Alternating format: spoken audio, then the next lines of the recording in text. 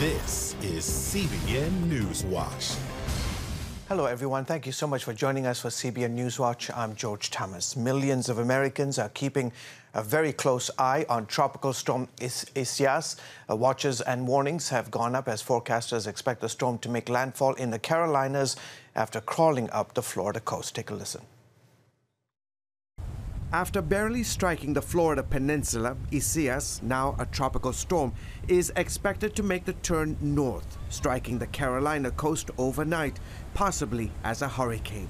The National Weather Service warning residents along the coastal communities of the Carolinas to prepare for significant flooding from heavy rain and high winds that could possibly bring down power lines and trees.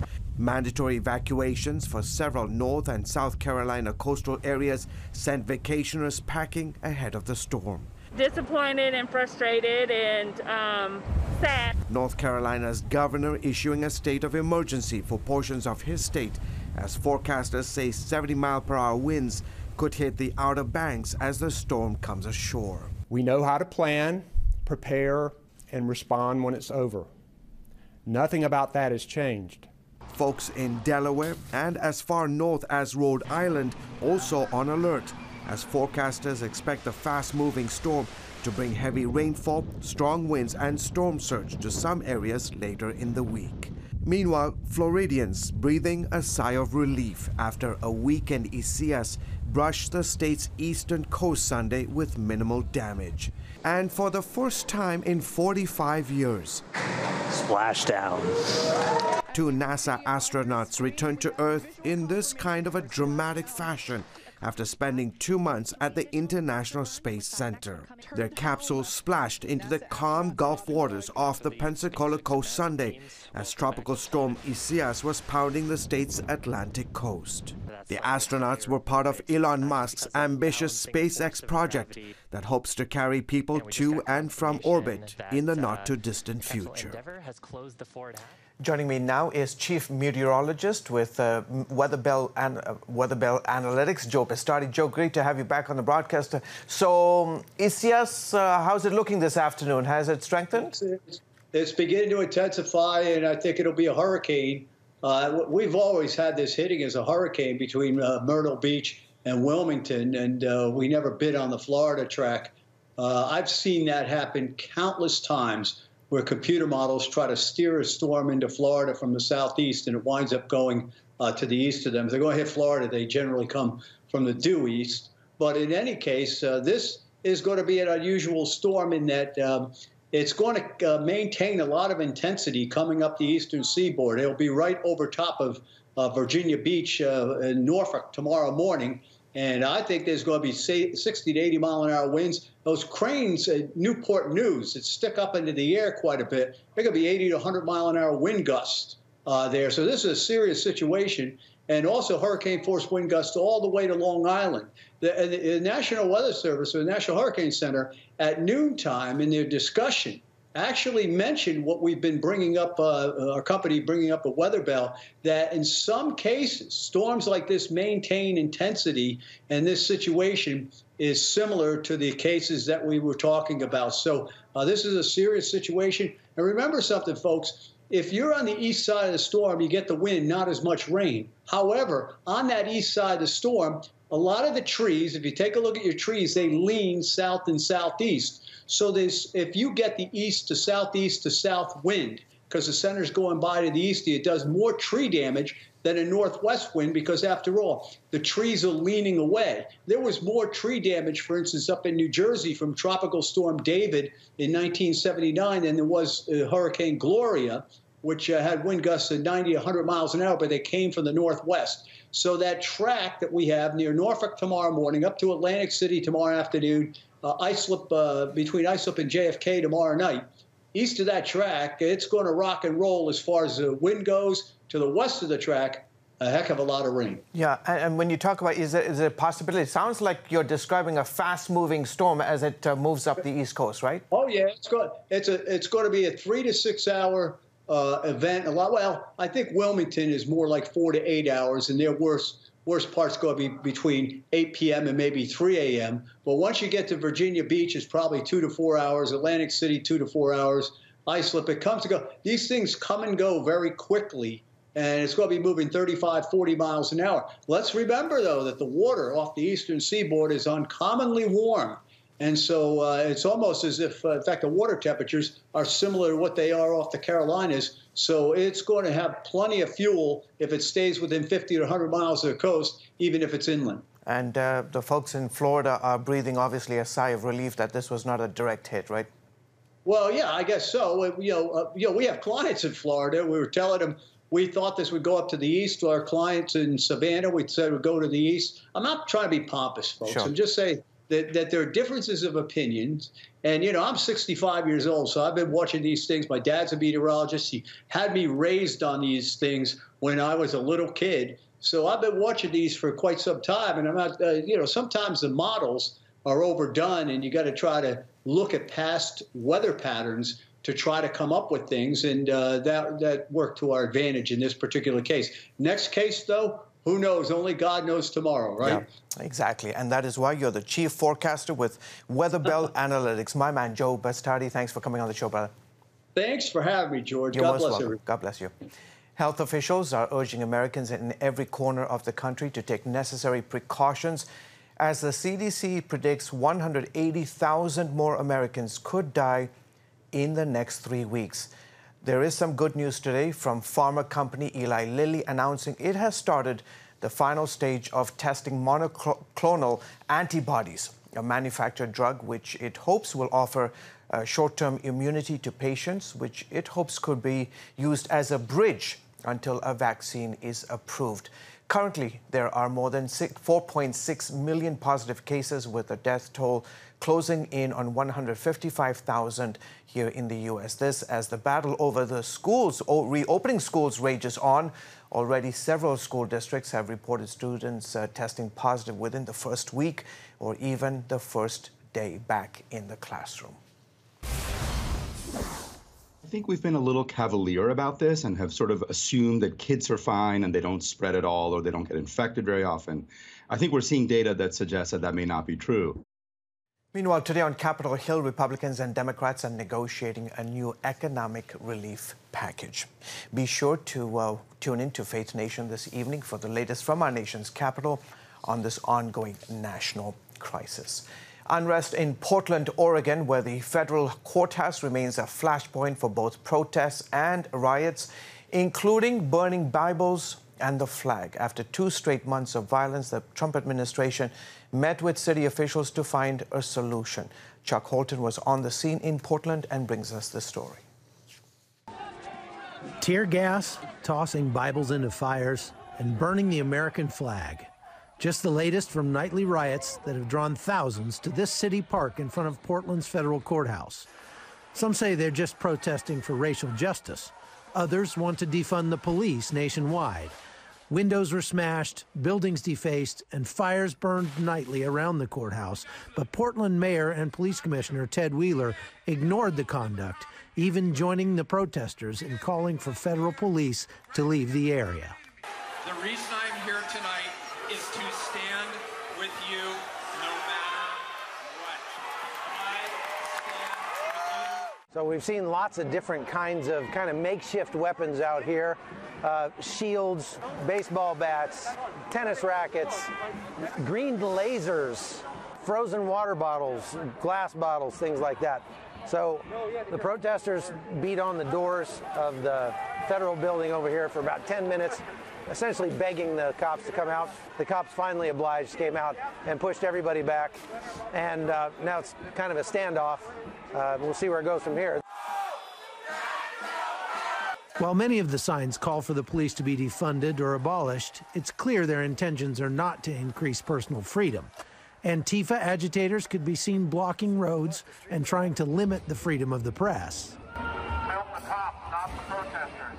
Film the cops, not the protesters. When a black Trump supporter was discovered in the crowd, protesters immediately called in the mob. I have his Instagram right here. We have your Instagram up. It was abundantly clear most of those protesting want to become the police, not abolish them. Some local Christians have been trying to be positive in the midst of these riots. As a leader, I'm often asked to speak, And during this entire period, I've said, I just want to listen. I have trouble with people who set fires on purpose, for people who write graffiti all over the place and stuff like that, who bash in windows and loot stores. I have a real problem with all of that. But that's why inside I'm saying, Lord, you've got to help me understand what that person sees that I don't. Tensions eased somewhat over the weekend as federal agents were replaced by Portland police officers who must follow much more restrictive rules of engagement. But that didn't stop protesters from burning American flags and even Bibles. How that relates to racial justice wasn't immediately clear. But Pastor Hennessy says there is a role for Christians to play. We need to pray for the ability to listen, to learn, and to find out how God wants us to engage. From Portland, Oregon, I'm Chuck Holton for CBN News. Thank you, Chuck. Moving overseas with rising conflict along the Israel-Syrian border today, the Israeli military saying they stopped an infiltration attempt from Syria, striking 4 militants who had tried to plant explosives along the fence dividing the two countries. The incident comes following a recent Israeli airstrike that killed a Hezbollah fighter in Syria and is the second infiltration attempt since last week, when Israeli officials say a similar occurrence took place on the border of Lebanon by Hezbollah militants. Coming up, what a big decision by President Trump and Congress will mean for the refugees in the U.S. and those hoping to enter. But before we go to the break, here's a look at what's trending on CBNNews.com.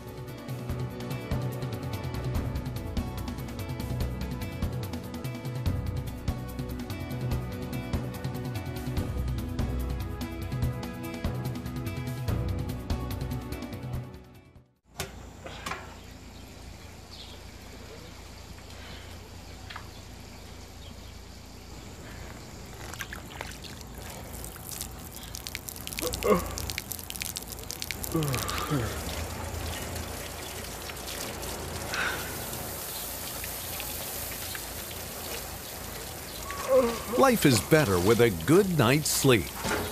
Get your free DVD or booklet of Protect Your Sleep as the world watches from the outside. It's a big diplomatic tug-of-war here in the Middle East. Go inside the story with Jerusalem Dateline. Israeli archaeologists are talking about a discovery that could change the thinking about the Temple Mount. Join CBN Jerusalem Bureau Chief Chris Mitchell and get the biblical perspective on the events shaping the world. What starts in Israel then ends up going to other places. Watch Jerusalem Dateline Friday night at 9:30 on the CBN News Channel. Life. It's meant to be lived fully. Jesus said it. I came to give you life. Life to the fullest. Life in your family. Life in your finances.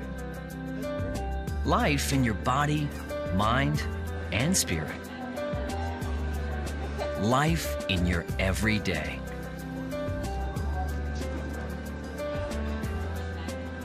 At CBN.com, we're taking what Jesus said seriously. We're here to help you discover life. Life. Live it fully. CBN.com.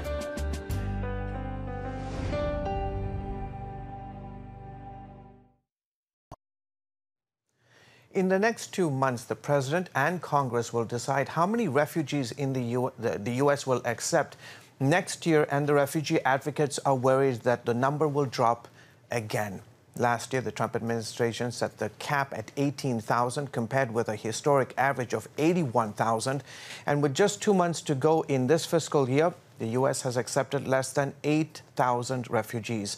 We're joined now by Susan Crocked, the Director of Refugee Resettlement at Bethany Christian Services in Grand Rapids, Michigan. Susan, great to have you on the broadcast. You have been working with refugees for years and have watched this dramatic drop in the numbers in the U.S. In terms of the numbers of refugees that were accepted in the last 3 years. How is the lowering of the U.S. refugee ceiling affecting refugees around the world? Thank you so much for having me. Yes, we've seen in the last few years, the largest refugee crisis in world history, with 1 out of 97 people displaced due to conflict, persecution, or natural disaster, and many of those unable to return to their home after 5 years or longer. So 77% of the world's refugee population are outside of their country of origin for 5 years or more. In that context, the refugee resettlement numbers have reduced to only 0.5% of refugees being resettled last year. And in the United States, as you said, it's dropped from a historic average of around 95,000 refugees coming every year to 18,000. How do you make sense of the Trump administration, which has in many ways championed religious freedom, also slashing the number of refugees, people who in many cases, as you know, are fleeing religious persecution? Yes, we've seen the number of refugees resettled from religious minority backgrounds decline in the United States over the past 3 years. Last year, now it's down by 90% over the last 3 years of Christian refugees specifically, amongst other refugee minorities. And we'd really look to the U.S. government to increase that number along with the refugee ceiling as a whole. As you said, they're making that decision in the next couple of months, and we'd really like to see them increase that back to the 95,000 historical average. Yeah, and speak to that point, Susan. What is going on? Why the dramatic decrease in the number of refugees who are coming to the United States? What's going on?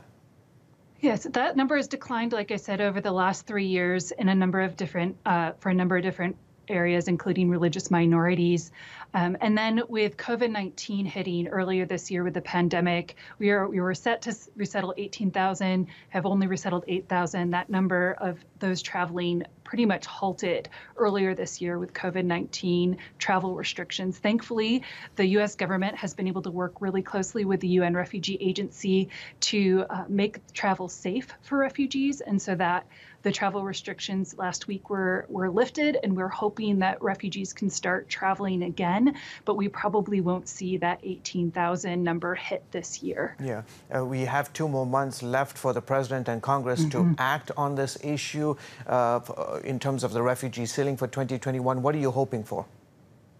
We're really hoping for bipartisan support to return it to the national average of 95,000 persons accepted every year. At Bethany Christian Service, we're committed to standing with the vulnerable among us and welcoming the stranger among us as God's call to us. So we just really pray that the administration will return that number to 95,000. Okay, terrific. Susan, thank you so much for all the work that you are doing on behalf of refugees around the world. Folks, after the break, a growing amount of evidence that China's persecution of Christians and Muslims is increasing. We will have more when we come back. On October 1st, 1961, history was made when a tiny station began transmitting the first signals of the Christian Broadcasting Network. CBN, the Christian Broadcasting Network. And now, a new era has begun with the all-new CBN News Channel. Just moments ago, the Iron Dome intercepted an incoming rocket right on the Gaza border. Administering in this area, spiritual warfare is definitely involved. A 24/7 news network, bringing you the news you want from a source you can trust. In Kenya, 40% of the medical services are actually provided by these Christian hospitals. Let's talk about the economy. Believers here are joining together to win people to Jesus Christ. All your favorite shows now in one place. Go to CBNNewsChannel.com to find out how to get the CBN News Channel on your TV all day, every day. CBN News.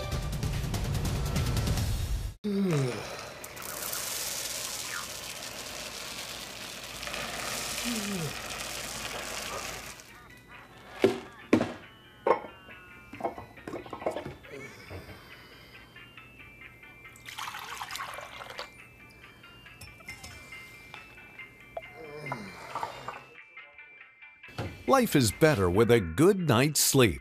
Get your free DVD or booklet of Protect Your Sleep today. Life. It's meant to be lived fully. Jesus said it. I came to give you life. Life to the fullest. Life in your family. Life in your finances. Life in your body, mind, and spirit. Life in your everyday. At CBN.com, we're taking what Jesus said seriously. We're here to help you discover life. Life. Live it fully. CBN.com. Welcome back. You're watching the CBN News Channel. China has been in the spotlight in recent months for its handling of the coronavirus pandemic and oppressive laws enacted in Hong Kong. But for religious freedom advocates, their focus remains on increasing persecution of Muslims and Christians. FaithWire.com's Trey Goins-Phillips joins us with more. Trey, can you describe what China's Christian and Muslim population have endured in the last few years under this communist government? Hi, yeah, absolutely. So I can just give you a few headlines that have actually just happened in the last 12 months. Schools in China right now, obviously that are government sanctioned, are telling kids, are warning students about the evil cult of Christianity and telling them to then report their parents if they happen to be believers. China is using the Bible through their state-sanctioned press to attack the United States while also literally rewriting scripture to support communist and socialist policies. They're continuing to arrest Chinese ministers and pastors for no reason and torturing and detaining them. And even in the midst of the pandemic, they're going around and destroying, burning down places of worship and taking down crosses and any other religious paraphernalia that might represent Christ, Jesus, Christianity, as opposed to the government regime.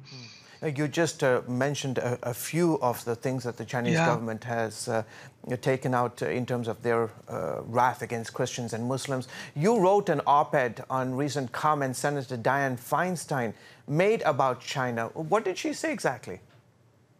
So she was making the case that the U.S. can't really wholesale blame China for the coronavirus, and there are good diplomats on both sides of the aisle that can make the case for how we should best address China's responsibility for the spread of this virus. But that's really not what I take issue with. What was problematic to me was that she said that China is becoming a respectable nation, and she praised their economic work for bringing millions of people out of poverty. And for the senior senator from California who's educated and sits on intelligence committees to say something that naive, to me, has to be intentional because like you mentioned, all of the persecution they're not only doing to Christians, but Muslim minorities are facing. They're literally putting them in concentration camps where they're doing inhumane labor.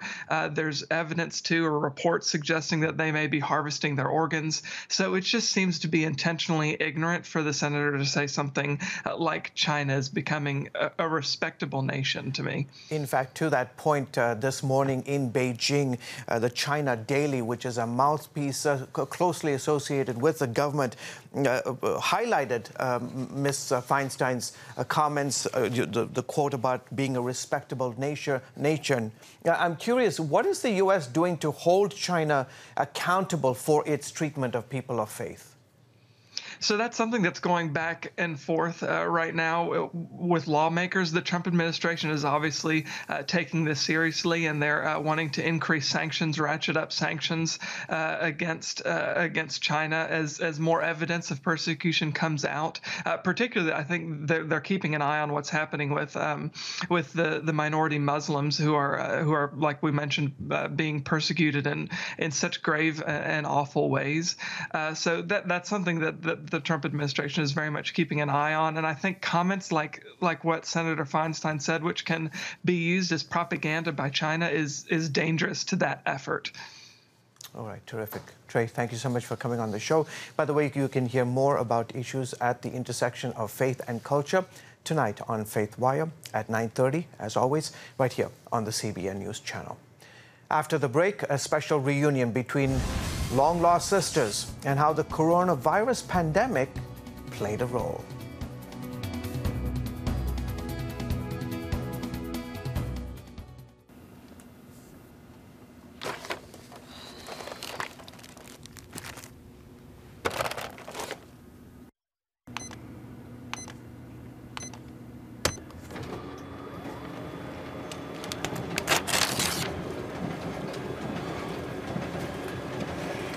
Life is better with a good night's sleep. Get your free DVD or booklet of Protect Your Sleep today. I'm Ephraim Graham, and this is Studio 5. Cruise with me as I discover the good things happening in the world of music, sports, television, and movies. The fact that Ryan Coogler was going to be directing the film, I knew that something special was going to happen. We'll chat with artists at the forefront of entertainment and explore the connection between popular culture and faith. I asked my pastor, I said, well, does that mean I'm supposed to be a preacher? He says, well, no, you already have a pulpit. Watch Studio 5 Wednesday night at 9:30. Remember for a moment what it was like to be a child. You believed every story you were told. You saw a world full of endless possibilities. What stories will the world's orphaned and at-risk children believe? We believe the Bible tells the only story truly worth believing. We believe that every child should have the opportunity to dream, the chance to take challenges and turn them into possibilities, the chance to stand on the promises of God, to recognize their place in the greatest story ever told. They have their whole lives ahead of them. Theirs is a world of endless possibilities. They are looking for a story to believe. We will tell them that story. Will you join us?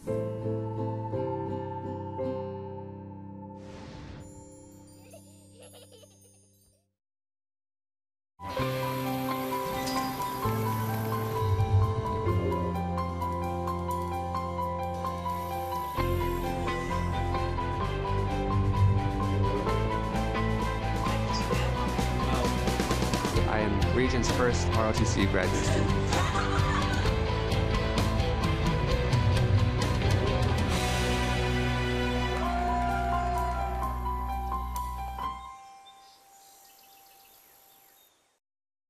Welcome back. Here's an inspiring story. A set of long-lost sisters in Nebraska just experienced the reunion of a lifetime.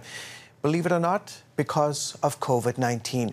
Bev Borrow had been searching for her older sister for years, but she only had her last name to go on. Then, what she thought was a normal day of work at the rehab center, she saw a name on a whiteboard that caught her eye. Her sister, Doris Crippen, had been just admitted for recovery after falling and breaking her arm because her body was so weak and ill after spending 30 days battling COVID-19. The sisters say finding each other that day was an unexpected but sweet surprise. She said, "I am your sister, Bev." And I nearly fell out of the chair and I just bursted into tears. It was just a happy feeling to find my sister. It's been 53 years since I seen her when she was a baby. Wow, that's incredible. Congratulations to both of them. Well, folks, that is it for this edition of CBN News Watch. We hope you will join us again next time. From all of us here from the headquarters of the Christian Broadcasting Network in Virginia Beach, Virginia, have a great day, be safe, goodbye, and God bless.